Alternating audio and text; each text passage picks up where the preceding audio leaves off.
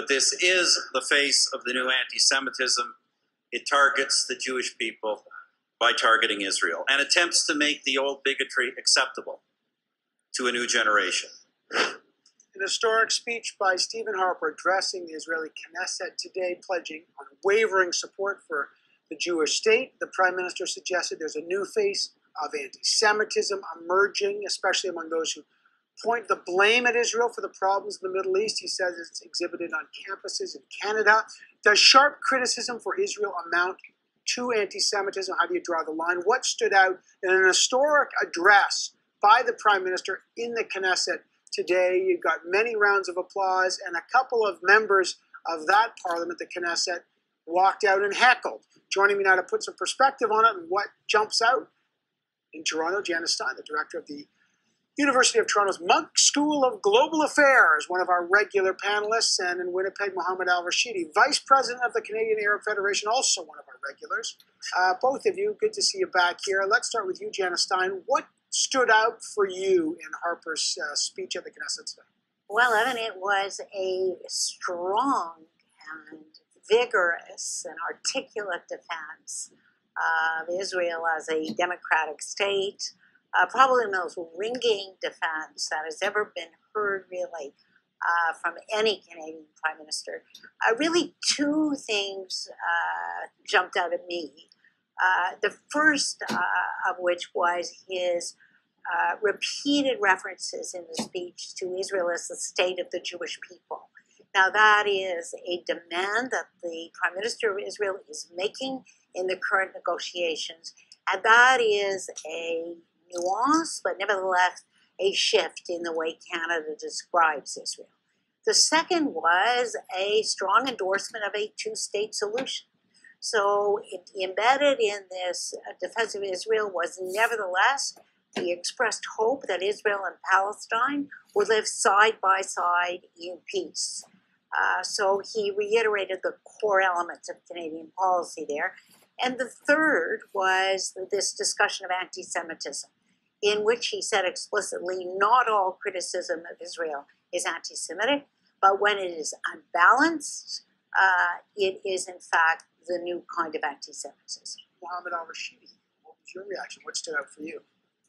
Evan, it was definitely a historic speech, historic in its bias. There's no doubt many people will commend the Prime Minister for this extreme defense of Israel. He really went as far as you could possibly go. But there are a lot of problems when you do that, Evan. And when you create this double standard of emphasizing Israeli security, prosperity, liberties, and put nothing on the Palestinians but blame, you do exactly what Prime Minister calls this moral relativism. And it's that insidious moral relativism that is the problem that is fueling violence because of the injustices and oppression that is taking place in the region. So Canada has now played itself out continuously under Harper from being an influential player in the region. And by being so extreme in your position and refusing to stand by very obvious standards that both sides violate at times, but certainly Israel and its settlement policies, you become an irrelevant player. And that's what Harper has managed to do here. And it's very, very disappointing. And it's going to lead to, I think, a downgrading of Canadian influence abroad without any question. We're showing pictures of him with Mr. Abbas in Ramallah, $66 million. He was asked about the settlements there. He wouldn't comment on that issue. What did you make of his, Mohamed El Rashidy, his visit to Ramallah? And as Janice Stein talked about, his stated commitment to a two-state solution. Yeah, I mean, this is lip service. I think when you look at his visit, it shows you how weak the Palestinians is. I mean, the Palestinians have suffered greatly under occupation. The daily humiliation of Palestinians goes on for decades now. Nothing is done about it. There continues to be a gobbling up of Palestinian land for the sake of settlements. And we hear a speech like that. It's very insulting to the Palestinians. And the fact that you see Mahmoud Abbas meet with Harper, unable to really say anything, shows you the extent of the weakness of Palestinians and how one-sided this struggle has become. And so to come out on the side of the absolutely more powerful party, the all-powerful party, the Israelis, vis-a-vis the Palestinians, and act as if you're standing up for the weak, it's very insulting to anyone's intelligence. I mean, Mahmoud Abbas is nothing. He has nothing to offer because he has no power whatsoever. All right, let me take a short break with Janice Stein and Mohamed El Rashidy. We'll debate the Harper speech today at the Knesset, the visit to Ramallah, and also we have an exclusive interview with the Israeli politician who walked out and heckled Stephen Harper, Ahmed Tibi. He is standing by next. Stay with us.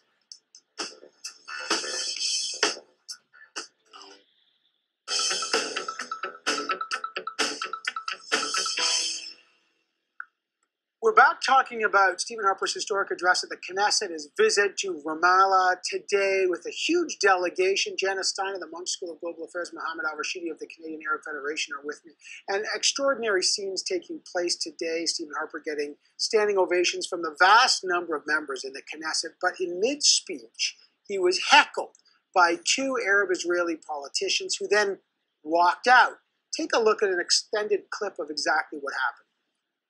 Some openly call Israel an apartheid state. Now think about that statement. Think about the twisted logic and outright malice behind that. A state based on freedom, democracy, and the rule of law. Founded so that Jews can flourish as Jews and seek shelter from the shadow of the worst racist experiment in history. That is condemned, and it is condemned in language, in the mass language of anti-racism. Friends, that is nothing short. Two members walked out, and you saw one of them there. One of them was Ahmed Tibi, the deputy speaker of the Knesset. He's also the leader of the Arab Movement for Change Party, a former advisor to Yasser Arafat as well. You saw what Mr. Harper said. We wanted to find out what exactly was so objectionable and why did he do this extraordinary thing and walk out of a leader in the Knesset. Here's what we found out. Joining me now from East Jerusalem is Ahmed Tibi. He is the deputy speaker of the Knesset and the leader of the Arab Movement for Change Party in the Knesset. Mr. Tibi, thank you for joining us. Can you tell us why you decided to walk out of Prime Minister Stephen Harper's speech? Because his speech was biased, unilateral. He described Israel in a very unbalanced way. We are living here, sir. We are 20% of the population. We are suffering discrimination. The democracy of Israel is a selective democracy, ethnic democracy. Canada is a democracy, and people are equal without relation to their ethnic background. Here, there is a problem with that. More than that, we are 5 minutes from occupation, from settlements, from apartheid war. He did not mention the occupation, the settlements. I asked him about settlements when he talked about the boycott. And I think this is the position, well-known position of Mr. Harper. That's why I told him that the Likud seats are there, and there is his seat should be. He speaks like one of my colleagues from the Likud, even the right radical side of the Likud. You used the word apartheid, Mr. Tibi. Mr. Harper, the Prime Minister, in his speech, said that those who call Israel an apartheid state are exhibiting a form of anti-Semitism. He thinks the description is crude, vulgar, and inaccurate. The occupation in the West Bank, in Gaza, is an apartheid. Do you know, sir, as Mr. Harper, know that there are double system, separate system of roads, one for settlers, one for Palestinians under occupation. There are two legal system, one for settlers, Jewish settlers, one for Palestinians. One is military system, one is civic system. This is apartheid. And when you are controlling, discriminating, confiscating, occupying lands from one side and putting them in the corner without any basic rights, you are, by this way, ruling and committing apartheid in the occupied Palestinian territory. Now, he would point out, I'm reading his speech. He said, most disgracefully of all, some openly call Israel an apartheid state. Think about that. Think about the twisted logic, the outright malice behind that, a state based on freedom, democracy, and the rule of law that was founded so Jews can flourish as Jews to seek shelter from the shadow of the worst racist experiment in history. Would point out, by the way, that you're the deputy speaker of the Knesset. What do you say to that? If he is talking about freedom, why he is totally neglecting the absence of freedom of the Palestinians under occupation? It is double standard. These words are moral double standard from the Prime Minister of Canada. Do you accept, at any case, to be under occupation and then somebody will tell you that there is absolute democracy? It is not. We are living day by day here. Palestinians under occupation are living day by day, and saying that the occupied territory is apartheid has no relation at any case with anti-Semitism. What's the connection? If you are criticizing the policy of the State of Israel, immediately you are categorized as anti-Semitic. This is a twisted logic of Mr. Harper. What do you say when he says in this speech very candidly, he says, just as we unequivocally support Israel's right of self-defense, so too has Canada long supported a just and secure future for the Palestinian people, and he supports a viable democratic Palestinian state committed to living peacefully alongside the Jewish state of Israel, and Canada committed $66 million to the Palestinians. What about that? Okay, we are non-Jews in Israel. We are Arabs. We are citizens of the state. We are indigenous people. We are 20% of the population. If Israel will be accepted as a Jewish state, not an Israeli state, somebody is saying that Jews are superior to non-Jews. And this is absolutely unequal dealing with citizens. This is ethnic democracy and saying that if you are Jew, you are first-degree citizen.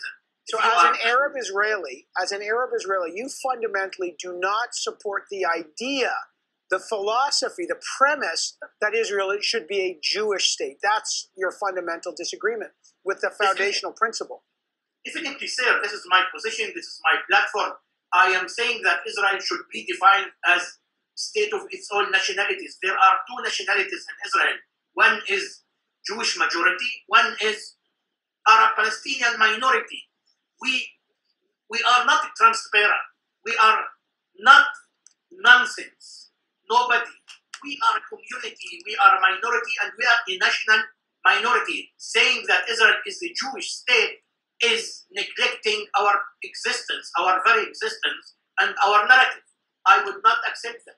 How would you describe Canada's policy then towards Israel finally? Biased, non-balanced, and that's why Canada has a very marginal role in the Middle East because of the unilateral, total, absolute support of the Likud policy. Near me sat two Jewish members of the Knesset from the opposition. They said that the speech of Mr. Harper is very much suitable to any speech in the Likud Center party. But how diplomatic was it for you to walk out of a visiting foreign head of state, a foreign leader in the Knesset as the deputy speaker? How diplomatic? What signal does it send that you actually walk out on him? It is to say that we are, Mr. Abu Arar and myself, very much unsatisfied with the remarks and the policy of Prime Minister Harper. It is very diplomatic. It's a protest which is legitimate in any parliament. Mr. Tibi, I appreciate your time and your perspective today. Thank you so much. Thank you, sir.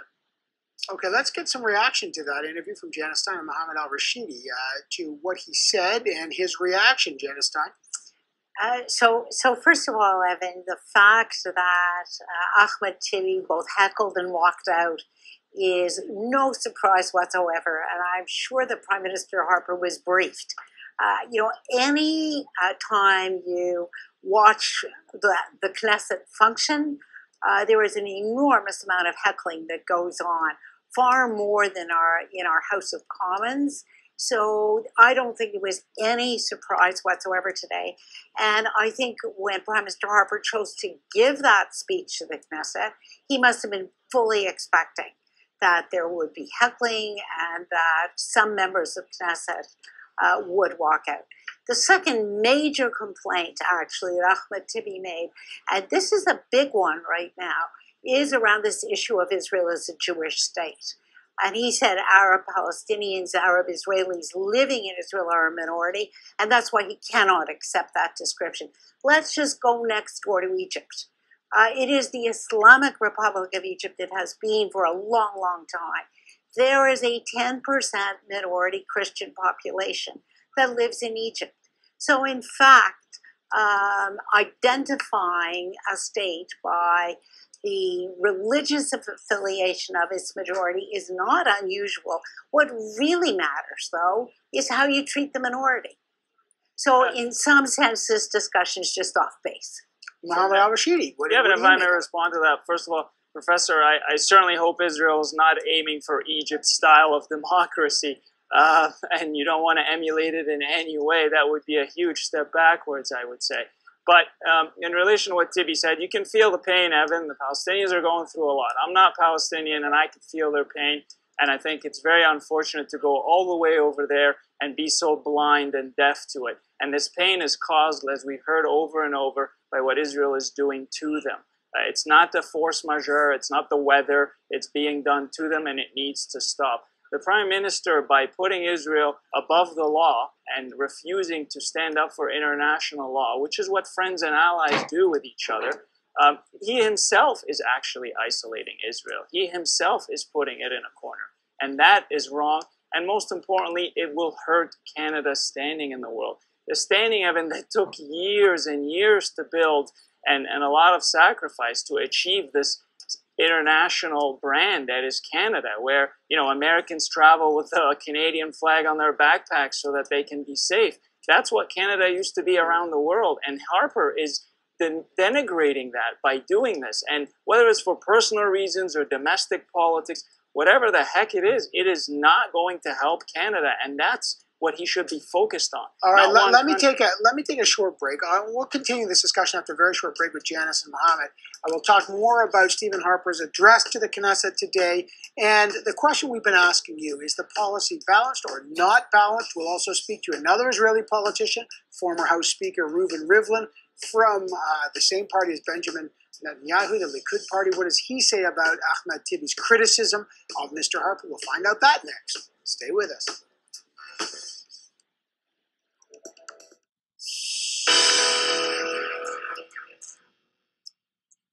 What do you make of Stephen Harper's policy in the Middle East? Mohamed El Rashidy of the Canadian Arab Federation and Janice Stein of the Munk School of Global Affairs are debating that after some dramatic scenes today where Stephen Harper made an historic address to Israel's parliament. We heard from a member of the Knesset, Ahmed Tibi. He walked out of the speech. He disagrees profoundly with what Stephen Harper said and his policy.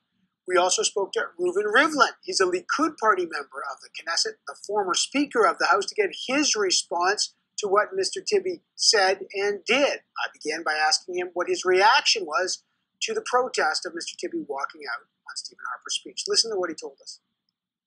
We know that we have to respect the ability of every member of Knesset to express itself. That is the difference in our democracy, in our parliamentarian democracy, that we are giving the opportunity to everyone to say his words, even though sometimes they are disturbing or even they are inciting against our own country and our own democracy. He says Stephen Harper's approach and your party Likud's approach, in his words, he says is unbalanced. He says it's undemocratic. He doesn't believe fundamentally that Israel as a Jewish state can be fair to Arab Israelis, in his words. Here. What is your view on the arguments that he presents as to why he walked out? He wanted to provoke. He wanted to say that there is no way and that the Israeli government is an obstacle to the ability of bringing peace to the area. Of course, we are negotiating all the time. We know that this Knesset, this same Knesset, every member of Knesset has the right to vote, and we are counting the votes without differing between Arab votes and Jewish votes. We are a Jewish state, but a democratic one, in which every member of Knesset has the same right to vote. What do you make of the criticism by Mr. Tibi that Mr. Harper's view on the situation is biased and unbalanced? That's his criticism. Obviously, what he said was very much aligned with Bibi Netanyahu. But what's your reaction to the criticism from some parts that it's not a balance? We would like the Canadian people to join most of the states in the world, the family of nations, to criticize Israel and support Israel, to get into understanding with the Palestinians according to the ideas of the Palestinians. He's very probably annoyed by the attitude of Canada to be very neutral once we are talking about the need to get into negotiation without any precondition. And he was probably saying to the Canadian people through the Prime Minister, how dare you are to support Israel. Well, in our democracy, we know very well that there are people from all sides and all views in the Israeli political ideas, and that is really the principle of the Israeli democracy. That's Rivlin, former Speaker of the House, the Knesset, as it were. So raising lots of questions, and not just about the reaction, but about Stephen Harper's policy in the region. Mohamed El Rashidy and Janice Stein are with me now. The question that will be debated now going forward is not only what Stephen Harper's message has been in the region, what message is sent, but what does it do to Canadian policy going forward, as Stephen Harper singled out how the world regards Israel, how Israel is regarded in the United Nations, and criticism about Janice Stein. What will be the ongoing impact of today's events in Israel? Well, there's no question, Evan, that Stephen Harper has changed the tone of Canadian policy toward Israel. As I said earlier, it is a much more forceful and vigorous defense of Israel than we had before. However, if you look at the substance of policy, the real substance has not changed. So there is continuing an open support for a two-state solution. On the Department of Foreign Affairs website this week, up went a reiteration of the Canadian position that settlements are illegal. Up went, in fact, a reiteration of the position that boundary discussions will take place, negotiations will take place, based on adjustments, mutually agreed upon adjustments to the 1967 borders. So the substance of policy has not changed. What has changed, and you saw it in Tibi's reaction today, what has changed is the intensity, the tone. Stephen Harper actually gave, for Stephen Harper, a really emotional defense, raised the temperature. And I think what emerges from all of this is not about electoral politics, because the votes aren't there for that. It's not about domestic politics. This is about a passionately held set of beliefs that he has. It will not marginalize Canada in the region. If I may respond to that, I do think votes do matter in this case, and I do think that's another discussion we can have another day. But I don't think that an individual, even if it's a prime minister, should veer off and completely rechart a course of Canada's foreign policy. But he hasn't. I agree that Canada has always been a strong ally of Israel, but the problem you have right now is that Israel is led by a right-wing government. And this right-wing government, it has a lot of opposition within Israel. And so to sort of overlook the fact that Israel has extremely different points of views, a lot of opposition to what Netanyahu is doing, and then to go and stand by those policies. Nobody's saying do not be a friend of Israel. What we're saying is you can remain a principled ally, not a patsy and an apologist. You've got the Americans, the most ardent supporters, who are criticizing Israeli settlement policies in particular. Israel is going to gobble up the entirety of the Palestinian territories. There will be nothing left for the Palestinians to live on. What are we going to call it then if you don't like the word apartheid? What's going to happen? And that's what a lot of Israelis are worried about. Netanyahu is creating this condition, and criticizing him doesn't make you an enemy of Israel. It makes you a friend of Israel. You know, again, let's make sure the record is clear here. The Prime Minister Harper, nor any member of his government, defend settlements, nor do they justify settlements. But Janice, they're building it, Janice. They're giving approval to build it. They're not. No, they're not. So are they building themselves? Who's building themselves? No. But not one statement of the Harper government has supported a policy of settlements, building of settlements, or anything like it. I understand, but if you take the time when you go all the way to the Knesset to talk about the freedom of speech and the dialogue and discourse that's taken place on Canadian campuses in relation to the conflict, I'm pretty sure you have time to raise settlements. And if you don't want to say something good about it, well, that's because you should be saying something bad. I got 10 seconds. Well, again, what we heard from the Prime Minister today was unmitigated support for a two-state solution, two states living side by side, peacefully together. That remains the core of Canadian. Unfortunately, I got to leave here. We'll have more debate on this with Mohamed El Rashidy of the Canadian Air Federation. Janice Stein, thank you, Professor. Global Affairs. Listen, they're also members of the Janice is the Turning Point panel on the national. I just will say thanks for all your tweets. Look, some of your tweets are saying we're biased towards Israelis or Palestinians or either side. Yasmin Hassan said we're biased against one side. We've got tweets on all sides. Please don't mistake questions for opinions. Our job is to ask questions. Those are not opinions. We do our best on a very passionately debated issue to try to be as fair and ask the questions that matter. I appreciate your patience and being along with us on our conversation. Stay with us. We're right back.